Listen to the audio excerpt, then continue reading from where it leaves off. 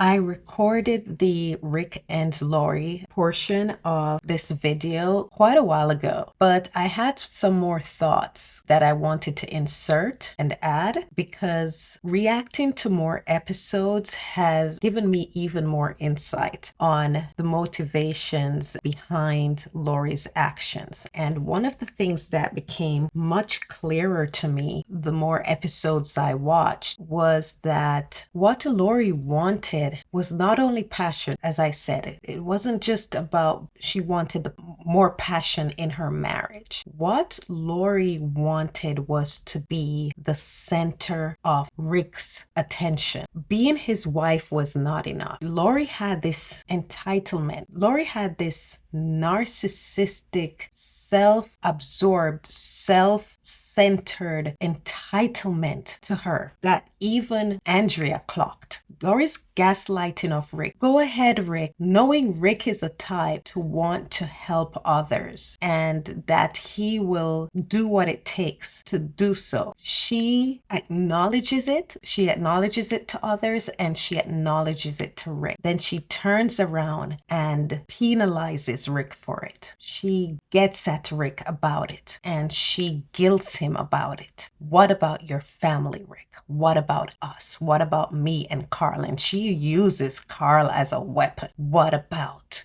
just like the first episode, I even wonder if you even care about us. And she does that several times throughout the first season. And in the second season, it was just full-blown passive-aggressive gaslighting, guilting of Rick. And at the heart of it was always the fact that Rick didn't put her first. That was what, when she selfishly went to Daryl for Daryl to go and get Rick. And when Daryl said no, she accused Daryl of selfishness when she was the one being selfish. She didn't care about Daryl. She didn't care that Daryl would be sacrificing his life to go and get Rick back because she wants Rick there because she feels safer, more secure. She wants Rick there protecting her, not out there trying to protect others or looking about others. Lori is selfish. And that was what her trip was about, to physically go and get him back, to be there at her beck and call, to be her protector. The thing is, what she really liked about Shane, she didn't admire Shane as a person. She didn't admire Shane the man. It was about what Shane does for her in the terms that Shane, in his obsession about her, Shane put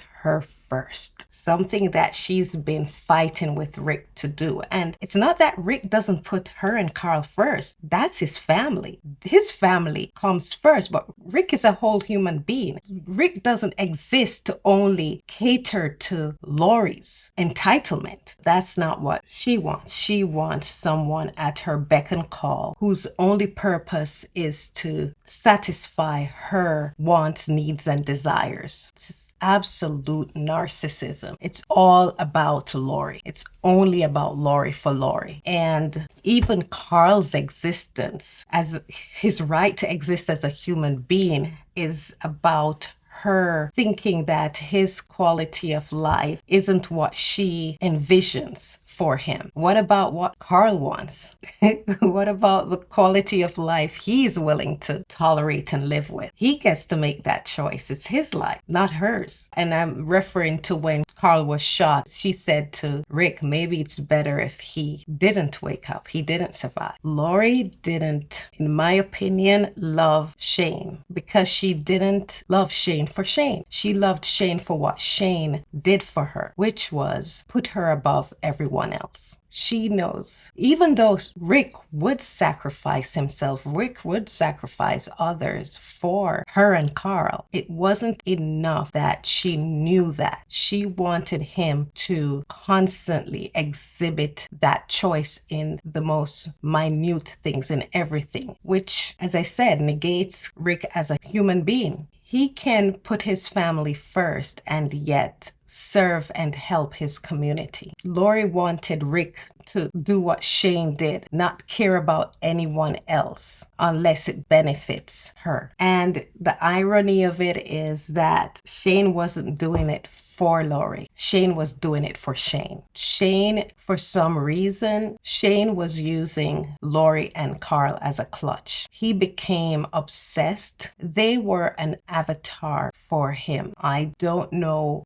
why. He made the choice that keeping them safe, being protector and provider for them, in essence, replacing Rick, gave him purpose. And that purpose fueled his will to survive in the darkness that they were inhabiting, the apocalypse. They became an avatar. It wasn't even about Lori. It wasn't even about Carl. It was that they provided him with something he needed. They provided him with something. They became like a lifeline to him, covered his fear, or was obfuscating some kind of trauma. But the way that Shane went insane when the clutch of Lori and Carl was taken from him, because they never belonged to him. They were not his family, but he convinced himself that they were his family. And there had to be something, but we never got Shane's backstory. So we don't know what he was using them for. But we do know that the reality intruding into whatever fantasy world he had created for himself to escape in with them as the cover, when reality intervened, when reality dissipated that fantasy, threw off that cover, he could not adjust. He could not hold on to sanity. And that tells you that the relationship was not real. It tells you the relationship was a cover for something. It tells you that there was a maladjustment. He could not adjust. He could not adapt to reality. Do you know what one of our awesome members said? She clocked it also. Rashida Guest 4035 said, "Preach, sister." No, you preach, sister. Because you clocked these people. Lori was all about herself. You got that right. Shane, being a narcissist, he put all his needs and wants on Lori. Lori wanted Rick to only think of her and Carl, and to hell with everyone else. She summed it up concisely.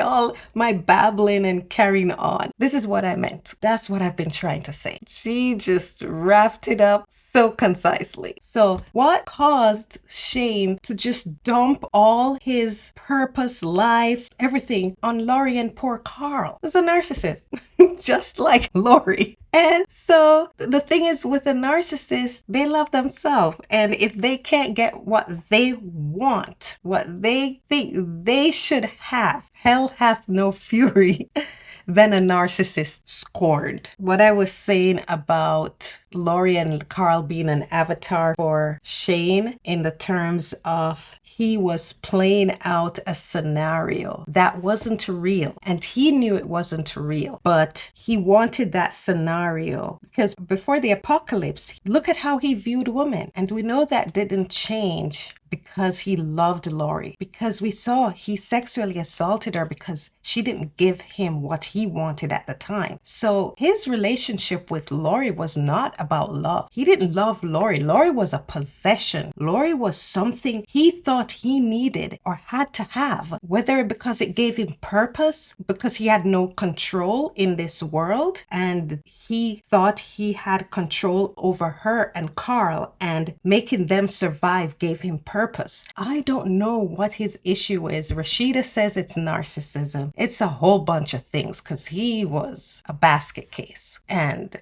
snapped when his supply got taken away from him. The language they use around narcissism. But what I'm trying to get at, and so poorly getting across, is that Lori was using Shane and Shane was using Lori. And Shane was doing something that Lori really wanted wanted from Rick. And Rick just wasn't giving it to her. He wasn't making her the end all and be all of everything. And hint, hint, why we saw Rick behave the way he did later on. He was emulating Shane because he came to finally understand what it is that Lori wanted and he couldn't give to her. So he was going to give it to her one way or the other, and he would use an avatar to do it. He would lie, he would compartmentalize and live in a different reality than what was true to him, what he really wanted. He would do all of that to try to assuage the guilt and prove to the voice in his head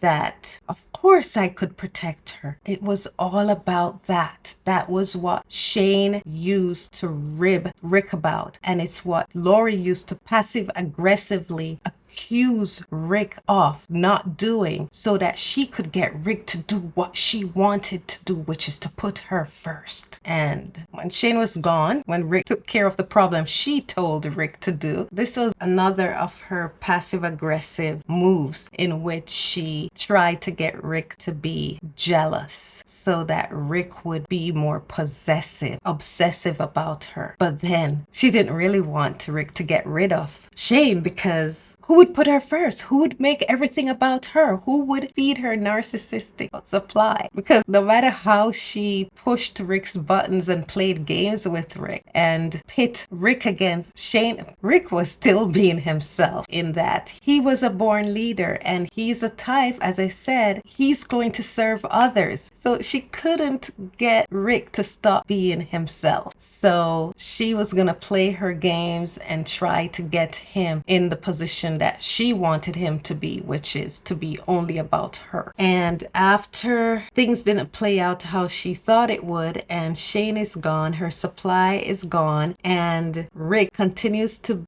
be who he's always been, looking after his family, protecting his family, but also looking about his community, protecting his now group of survivors that are looking to him to help them survive. She starts to see Rick finally and stop looking at him through the prism of her desires and wants and needs. You know, she sees Rick as the man he truly is and who she thought Shane was. Rick is the alpha of alphas. You know, a lot of people erroneously give that title to Negan, but Rick is the alpha of alphas. Even Negan knew it. And she finally woke up to it. She saw it. She started admiring this man that she married and never knew. The man that was always there, but she dismissed because she was so self-centered and so focused on herself, she couldn't see what was right in front of her eyes, who she had, and she wanted him even more than she had ever wanted him in her life, and she lost him. No, he didn't stop loving her, but something was lost. Their marriage was broken, and he saw her differently now after her reaction to him telling her that he had to put down Shane. Something broke in their relationship. Rick no longer saw her the same. Rick saw the great flaw in her, and yes, that doesn't mean you stop loving a person because you see a flaw in them, but it changes how you view the person. And things changed for Rick then, and he was fighting himself as he told her he had that break, that psychotic break. You know, he said he loved her, he was trying to fix it but couldn't. Even though he said he loved her, something shifted for Rick, and yes, she lost Rick and she knew it. And the conversation she had with Herschel said it all. She was ready to give up because for Lori,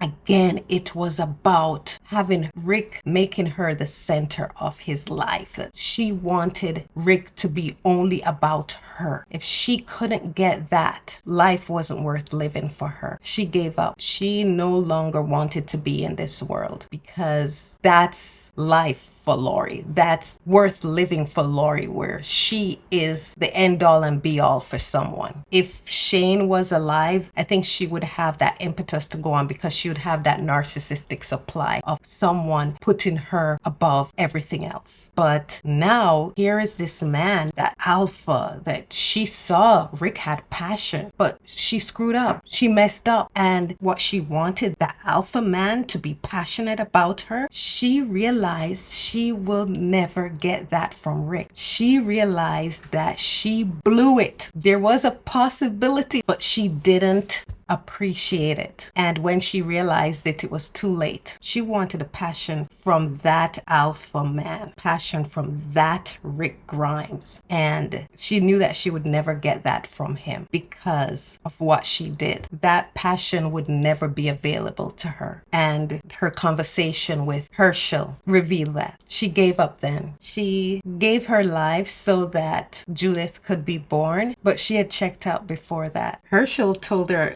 listen, the baby doesn't care about that drama. You need to focus on getting this baby into the world. But she was focused on losing Rick. She lost Rick and she realized how huge that loss was. She could have had everything that she used to fantasize about, but you can't see what you have if you don't appreciate what you have. So to sum it up, Shane was just a substitute for the man Lori wanted Rick to be towards her. She liked what Shane did for her, putting her first, but she wanted it to be Rick that did it. She ultimately wanted it to be Rick that did it for her. And when they got to the prison and she finally opened her eyes to the man that she had and didn't realize that she had all along, and when she wanted it, it was no longer available to her. He was no longer available to her. She lost him. That's the irony, the tragedy of it for Lori. The fantasy she wanted and was looking for elsewhere was always there. And when she realized it, it was too late because she threw him away, because she didn't appreciate him while she had him. She was too busy looking for it in someone else, someone she knew would never satisfy her fully because she really wanted it from Rick. She wanted Rick to be the one that gave it to her. Rick ended up giving it to someone else.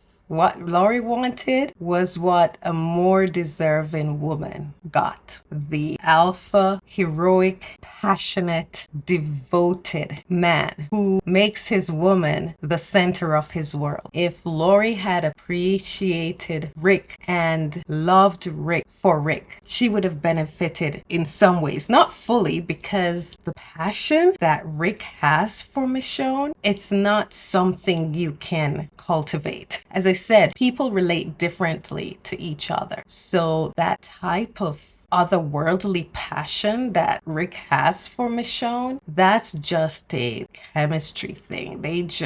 Their souls, their aura, they're just soulmates. That just happens. That's not something you can force. But he would be a devoted husband. He would be the protector he is. He would love and cherish her. She's his wife. He loved her. I guess it would not have worked out the same because of the type of person she is, unless she changed. That self-centeredness, I don't know, but the irony of it all.